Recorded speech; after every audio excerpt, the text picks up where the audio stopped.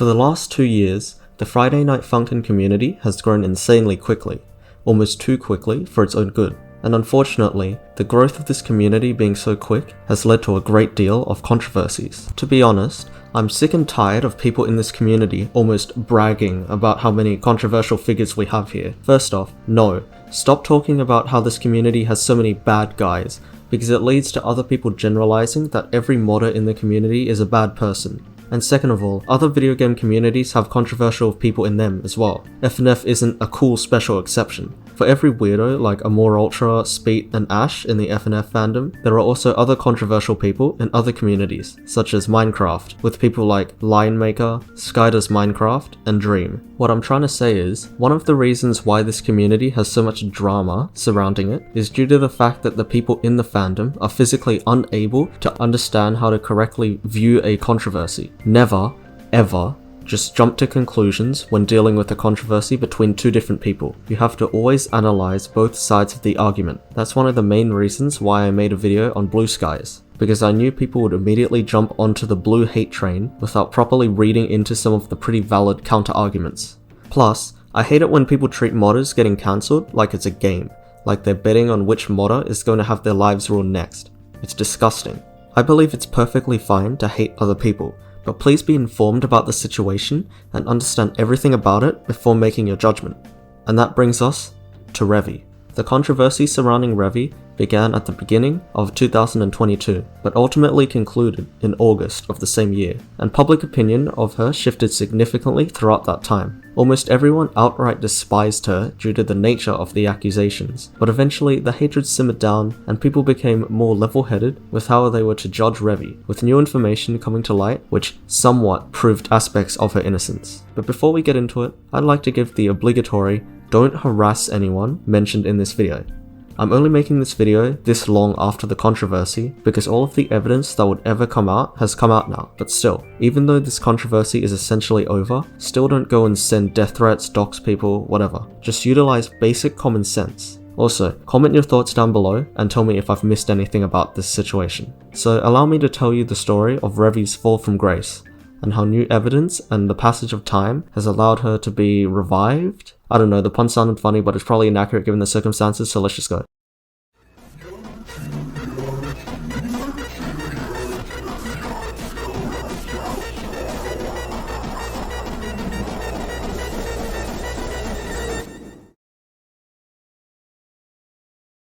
For those of you who somehow don't know, the sonic.exe mod is a creepypasta Friday Night Funkin mod about the titular sonic.exe and the many variations of the character. The mod has many weeks and dozens of songs, with quite clever Easter eggs and mechanics. While I'm not a fan of creepypastas or horror in general, I do agree that this mod is incredibly well made and definitely one of the best current mods out there.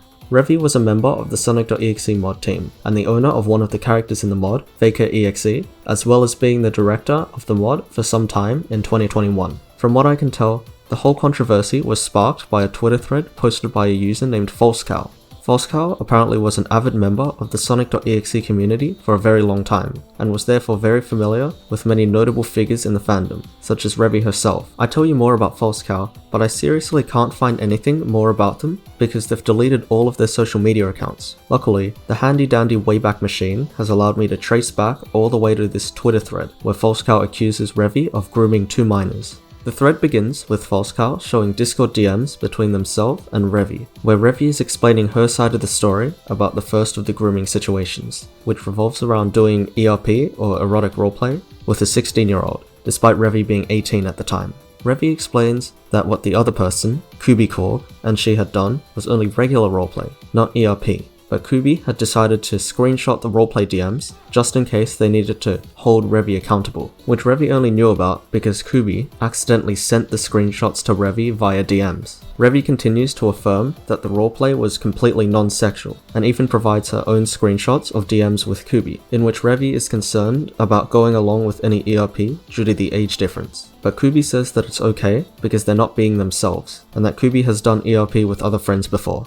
FalseCow provides a screenshot of DMs from Kubi, who states that the roleplay was very much sexualized, despite Revie saying that it was not. But Kubi also admits they were in the wrong for committing to the ERP in the first place. There are more screenshots shown between Kubi and Revie, presumably set after Kubi accidentally sent the accountability screenshots to Revie, causing Revie to panic. Revie then repeatedly messages and calls Kubi, but gets no response. At the very end of the screenshot, Revie assumes that Kubi is paranoid because of the Amor controversy, which transpired on the same day as these DMs are set, and Revie tries to tackle the situation as calmly as possible. The next screenshot is the next day, when Revie and Kubi are in a heated argument where Revie continues to push for a response from Kubi about the ERP, and Kubi keeps stating that they want Revie to leave them alone. Kubi also makes the accusation that Revie made suggestive remarks about Kubi while in a voice call with other friends, which Revie does not deny. Falsecow also presents evidence of a completely different encounter between Revie and a 14-year-old named Dreamy Carrots. There are a lot of screenshots here, so I have to summarize it a little. These DMs are a bit more uncomfortable due to the age gap being bigger. The first few screenshots are Revie speaking to Carrots about a commission, and Revie is egging Carrots on to make the breast size of her drawing bigger. Since this is Revie's commission, this seems okay at first. Later on in the DMs is the disagreeable stuff. Revie commissioned Carrots to change her regular OC design into a rat, and during the ensuing conversation, Revie actually makes some sexual and suggestive remarks to Carrots, to the point of shipping both of their rat sonars. And then Revie starts acting even stranger, and it starts to sound as though Revie is hitting on Carrots, which is still creepy even if Revie is joking. However, it later seems like Revie may have been referring to the rat OC Carrots had created, which Carrots stated was 36 years old. However, it is still undeniably creepy and wrong for Revie to have been sexual to this extent while engaging in DMs with a 14-year-old. Falsecow then presents evidence of Revie openly admitting that her actions were wrong, with these DMs between Revie and fellow sonic.exe modder Com Gaming, where Revie tries to hand over ownership of the exe mod and sort of confesses to Com about the bad stuff she did, though definitely leaving out a lot of the details. Falsecow ends the thread with a follow-up tweet, where he presents what I assume to be Revie's ERP with Kubi Corp. And yes, these DMs are quite creepy, seeing as Kubi is clearly uncomfortable with Revie's advances. And if these allegations aren't enough, another modder came forward named Madzilla, who gave their own testimony about being harassed by Revie in a separate event. Madzilla details how Revie would sometimes pull them out of group voice calls to go into private calls, and one time there was an incident where Revie attempted to expose her chest to Madzilla on camera without her consent. This became a recurring thing that Revie joked about to Madzilla, which made Madzilla very uncomfortable. Then, Rightburst, who had been the director of the sonic.exe mod before Revie, also came out with information in light of the controversy. He claimed that Revie forcefully took the role of director from him, used the mod solely for clout, and forced Rightburst to keep silent about his bad treatment. He also claims that Revie manipulated the other modders to hate and ghost him. Rightburst also says he knew Revie was bad news from the start, because they acted strangely in voice calls and mistreated their fans and supporters. He also claims that Revie kicked him out of the EXE mod team by manipulating the other members and dramatizing things. In response to all these allegations, Revie made a tweet on her now deleted Twitter account where she vaguely alludes to her wrongdoings and says she's leaving all of her social media to work on herself, which is a very generic response we've seen time and time again. So to summarize, there are 4 main allegations in this Revie cancellation controversy: the ERP with Kubi Corp, the commission talk with Dreamy Carrots, the voice call with Madzilla, and Rightburst's accusation of manipulation. Now obviously, we should get onto the part where people debunk the accusations or something, so we should probably start with the words of Revie herself.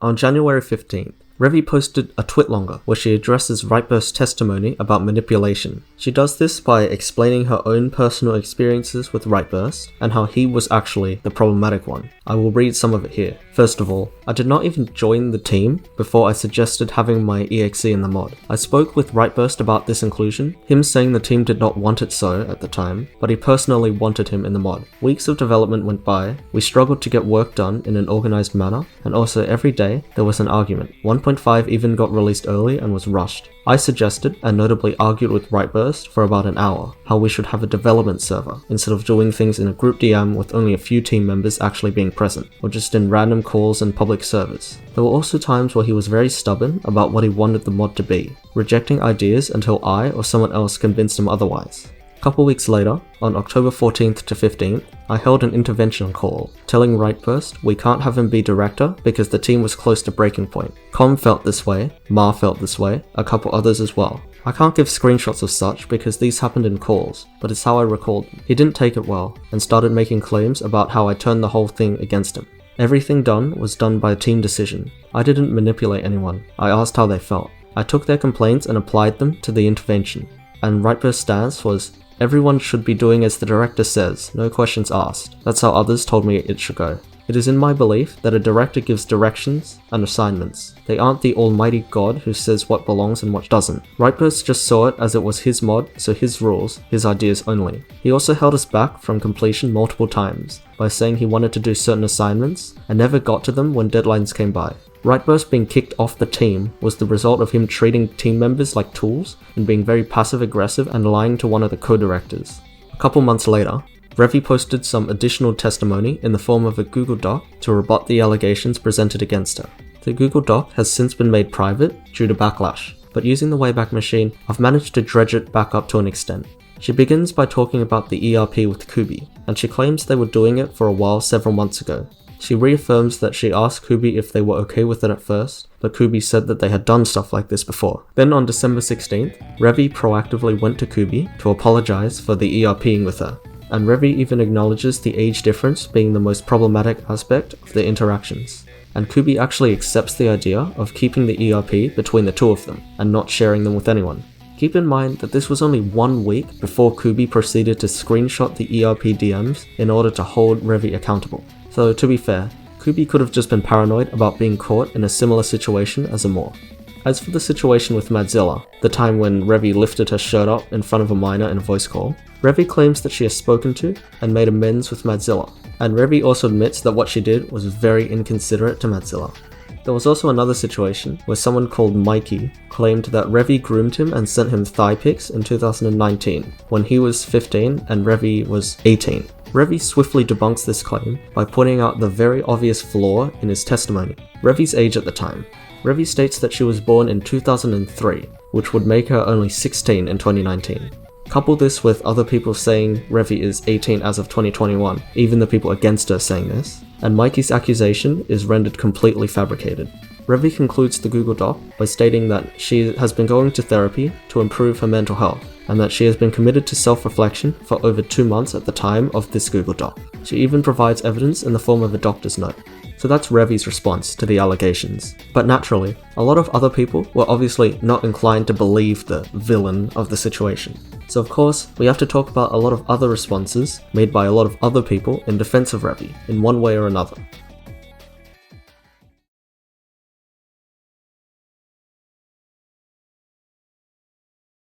There are a couple of other people who have organized some in-depth rebuttals to many of the allegations, but let's first quickly go through some of the easier ones that everyone's been thinking of. In regards to the Kubi situation, Falsecow implies that Revie was a file for ERPing with Kubi, but many people have pointed out that the 2-year age gap, 16 and 18, as well as the nature of the sexual encounter only being roleplay, may mean that this situation only boils down to a case of sexual harassment rather than philia. A small one, but when Falsecow presents Kubi's point of view in the original exposed thread, he says that this is the truth of what occurred. This is very manipulative wording, as it makes it so that the audience immediately thinks Kubi's side of the story is the correct side of the story, and will disregard trying to better understand Revie's perspective. In regards to the Dreamy Carrots situation, one thing you have to keep in mind is that this situation is just Revie commissioning art from Dreamy, and hence Revie is allowed to make requests such as make the boobs bigger, and such. Furthermore, there is nothing inherently NSFW about the art itself, as the characters are fully clothed, so there's nothing that's that bad about a 14-year-old drawing these things. In regards to the Rightburst situation, Rightburst gave literally zero evidence to back up his own accusations of Revie. That's literally it. Okay, onto the more in-depth rebuttals. The first genuine defense of Revie that wasn't made by Revie herself I could find is a Twitter thread and Google document on May the 4th made by an account called Verse.exe Exposed. This is a good elaboration on Revie's previous twitlonger about Rightburst's issue in the sonic.exe mod team. This Google Doc here, where exe exposed has an interview with Revie, shows a ton of evidence showing Rightburst's interactions with Revie and other people's general dislike of Rightburst due to his way of management. Screenshots are provided of DMs between Revie and Rightburst, where Revie is asking if she can put her faker.exe into the Sonic mod, to which Rightburst claims that the team denied the idea. However, Rightburst said that he himself liked the idea. Revie says that a lot of the reason for the team's general dislike of Rightburst was due to him being constantly upset that he couldn't add more of his own EXEs into the mod. Revie also claims that Rightburst would badmouth the team and threaten to leave the mod to make mods with a different team. This is backed up with some more screenshots of DMs, and this time these DMs were showing the first time Rightburst was voted off the Sonic team by the other members. It's very clear that a lot of the other modders are sick of Rightburst's spiteful antics, with Com Gaming's rant summing the whole situation up quite well. Rightburst, shut up please. I mean that in the nicest way possible. Please shut up. Like it or not, our roster is done and you need to understand that. Stop being a bitch and making mods and out of spite because you don't get your way with this one, and it's kiddish as and stupid. And don't try to feed your becoming mods, it's really annoying dude, and don't do that. Thanks for supporting my poll. It literally makes everyone else shitty for not agreeing with you, and you name out and pinging every person doesn't help. That was disrespectful as The vote to kick Rightburst out was called, and he was decisively removed from the team, but later joined back apparently. So this recontextualizes almost everything Rightburst said in his thread about Revie, manipulating him out of the mod. I was forced to give directorship to Revie. Yes, he was forced to, but he tries to make it sound like Revie was the only one who forced him to do so. This is misleading, as it was a near unanimous decision by the whole mod team to remove him from the team. I was forced to keep silent about it. Sure, that would make complete sense due to his habit of badmouthing and being unjustifiably upset with the mod, possibly giving the mod a bad reputation. Making sure he keeps quiet about it is an acceptable PR strategy.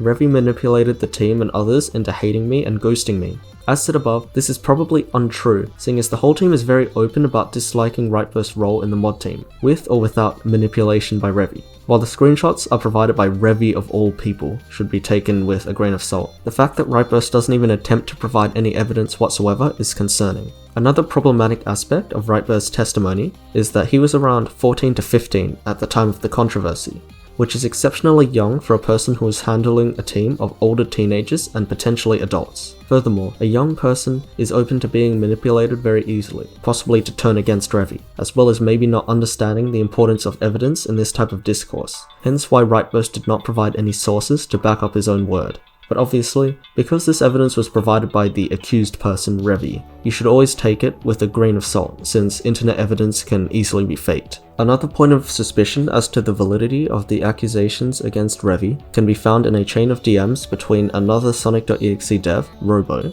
and Com Gaming, where Com states repeatedly that the .exe team has little to no substantial evidence against Revie, especially any evidence that proves anything in the long run, whatever that means. Com also claims that QB wasn't really helping the situation either, and was even an enabler in the harassment against Revie, frequently telling and encouraging Revie to off herself, which is a far cry from the more amiable Kubi we saw earlier, who said she was completely fine with the ERP as well as promising to keep it secret with Revie.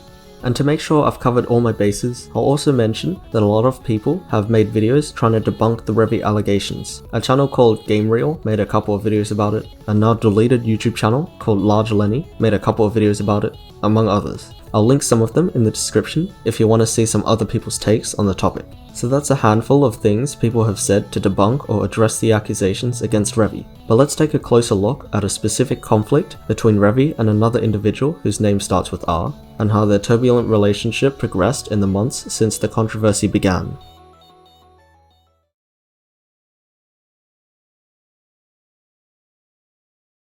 Going all the way back to May, right when the Google Doc by EXEsposed came out, Rightburst decided to make a Google Doc in response, documenting an encounter he had with Revie about EXEsposed's Google Doc, which, if you don't remember, was debunking Rightburst's accusations that Revie was the one manipulating the team against him. In the Google Doc, Rightburst details how he and Revie had a conversation after the EXEsposed document was released. The first section is Rightburst and his fellow EXE modder, Avery, discussing whether or not Rightburst should interact with Revie. Now, Avery has had their own fair share of controversies, namely being a supporter and interacting with a known groomer named Jesterfrog, but I'm not covering that controversy in this video. Anyway, Avery convinces Rightburst to speak to Revie, and Rightburst claims that both he and Avery were manipulated into believing Revie wanted to change and make amends. The conversation between Revie and Rightburst begins with Rightburst apologizing to Revie for being too harsh on them, and saying that he's grown and matured, but he wants this to be the last time he communicates with Revie before completely severing ties with her. Revie responds a little more aggressively by talking about how Rightburst and his team constantly demonized her, and she expresses anger at the fact that everyone on the team turned on her despite her working her ass off to manage the mod, though she admits that she should have given Rightburst another chance, probably referring to the time she helped in removing him from the team. But she is also upset that Rightburst claims she asked the other team members to ghost him. Rightburst is visibly confused by the accusation, saying that he thinks it was another team member, Ma, who told him in a voice chat that Revie asked him to ghost Rightburst, but he doesn't remember when. Later in the chain, Revie reaffirms that she wasn't running a dictatorship over the mod, to which Rightburst responds that to others it came off that way. Revie says that the crux of the issue is just the initial accusations and how poorly all that was handled, a statement that Rightburst agrees and says that that was the reason why he is now trying to be as neutral as possible. I'm not sure where this was originally posted, but there's also this chain of Discord DMs between Rightburst and someone called DBSucksFarfo, in which it seems like Rightburst was actually going to do a collab with Revie, but he decided not to due to fear of public backlash from the Revie rage mob. Rightburst even says that he's cool with Revie, but he's forced to go back on her, and that he's forced to hold a facade that he dislikes Revie. Rightburst's relationship with Revie is one of the most confusing aspects of this whole story. Rightburst keeps flip-flopping on whether or not he hates Revie or is okay with Revie. On one hand, he fully supports Revie being driven off the platform and makes his own accusations against her. But then on the other hand, he claims that he's made up to her for the issues between them. But then he goes back to hating on Revie and clowning on anyone who shows any support for her, and then goes back to saying he's cool with Revie, and is annoyed that the community forces him to pretend he hates her. The fact that I can never pin down how Rightburst feels about Revie makes their conflicts all the more confusing, especially since most recent tweets mentioning Revie have all been very negative. On an interesting note, I also found some more stuff from the DMs between Com Gaming and Robo, and this stuff is about Rightburst and Revie. Apparently, Rightburst was the one who set up all of the evidence to get Revie cancelled. Com Gaming claims that Rightburst collected all of the evidence in a group chat and allowed FalseCal to tweet it all out. But Com Gaming also shows proof of Rightburst accepting a faker design into his other mod, Parallax, despite seemingly hating Revie. However, it should be noted that Rightburst says he has a memory issue, and thus has difficulty remembering some things, so anything he says about Revie should always be taken with a grain of salt, but should never be held against him.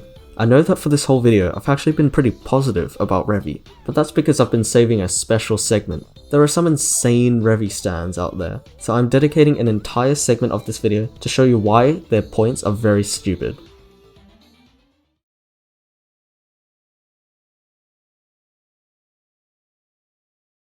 While I personally think people need to look at the Revie situation with a lot more nuance, instead of blindly believing every accusation, there are a lot of Revie defenders who make some really bad arguments. So let's make like a circus and do a little clowning. One of the main arguments I see people make in order to debunk the situation between Revie and Kubikorg is that Kubikorg was the one initiating the ERP, not Revie, and Revie was even uncomfortable with it, so therefore Revie is innocent. This is not true. In any situation as ambiguous as this, especially when the age difference is this questionable and bordering on inappropriate, it is always up to the older, more mature person to say no. Even if the younger person gives consent, it is the responsibility for the older person, Revie in this instance, to decline any sexual encounter.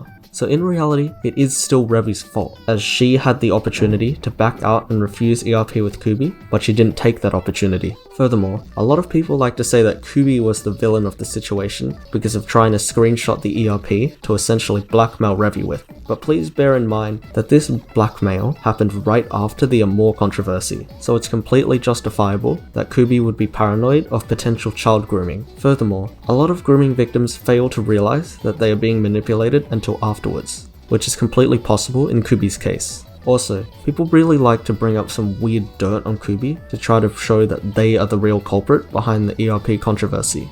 A lot of the evidence presented is Kubi saying inappropriate things, playing inappropriate games, or having inappropriate Steam names. This isn't really the gotcha that a lot of people think it is. A lot of minors consume NSFW content, even if they really shouldn't be, and it's not even illegal. On the other hand, interacting with a real adult in a live sexual encounter is in a completely different ballpark to, say, joking tweeting about dog breasts.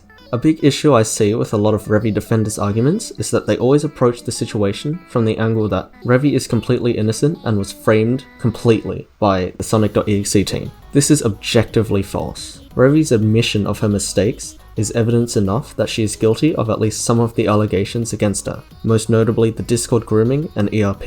A lot of the evidence in Defense of Revie people used to make it seem like she was never in the wrong at all. For example, there was a Reddit post which tried to prove that the Revie situation was faked by the sonic.exe team by presenting this screenshot of Com Gaming's saying that the evidence isn't really evidence. The poster tries to claim this means that the evidence was faked, but this is not true at all. If this poster had the common sense to include stuff from further up in the DM chain, they would have shown that Com Gaming's is talking about how the evidence they have is weak or only works in the short term, not that they don't have any evidence at all. A day or two after the allegations, a YouTuber by the name of Luigi Kid, who specializes in content about EXE creepypastas, made a video covering the controversy. It wasn't too shabby, and I think it was actually a pretty good preliminary reading into this situation. He presented the allegations made by False Cow, Madzilla, Rightburst and others, and he also provided some of his own thoughts on the matter. Not bad. What is bad, however, is what happened later. Someone went on the Luigi Kid subreddit and posted this incredibly awful Defense of Revie.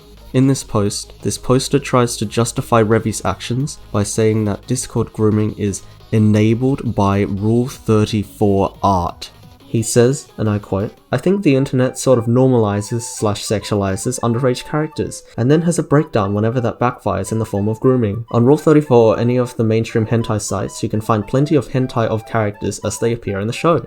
Technically, they're underage characters, without having been explicitly aged up or anything. This is actually illegal in many cases, but these creators don't expect to be prosecuted. They at least used to say all characters were 18 plus without even drawing them differently. I think the overwhelming majority of underage/sexualized characters in popular entertainment media is turning our kids into p***os. It's even a long-running trope in popular anime for the characters to have p***philic tendencies." This is not a good argument. Luigi Kid is basically saying that Rule 34 art of underage characters turns people into files, which makes zero sense at all. While NSFW art of underage characters is admittedly quite gross, it's not a valid thing to bring up when justifying why a real-life person is potentially a groomer, not to mention that it doesn't help at all to prove his point. It's similar to when people say that shooter games cause gun violence. While there could possibly be a connection between the two things, the link falls apart when you look at it closely. Correlation does not imply causation.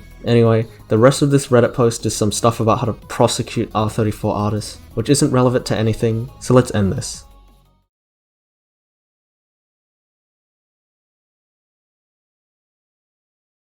So, I bet you're wondering, what do I, famous YouTuber, serial introvert, think about the Revie controversies? Do I think Revie's innocent? No, she is definitely not totally innocent. She's definitely done some wrongdoings, whether she realizes or not. However, there were many arguments against her that were heavily misconstrued, and as time passed and more evidence emerged, we've now gotten a better grasp on the situation, and hopefully learned that these situations are never fully black and white. But of course, you shouldn't just trust the opinion of some random guy on the internet. I'm just here presenting the evidence and my own judgment, so you can choose whether to agree with me or not. In fact, I might have actually missed some information somewhere out there, so I actually suggest you all go and investigate this situation for yourselves. Formulate your own opinions on controversies instead of blindly following a single person. And also, comment on this video any findings that you think I might have missed. So, that's the end of the video.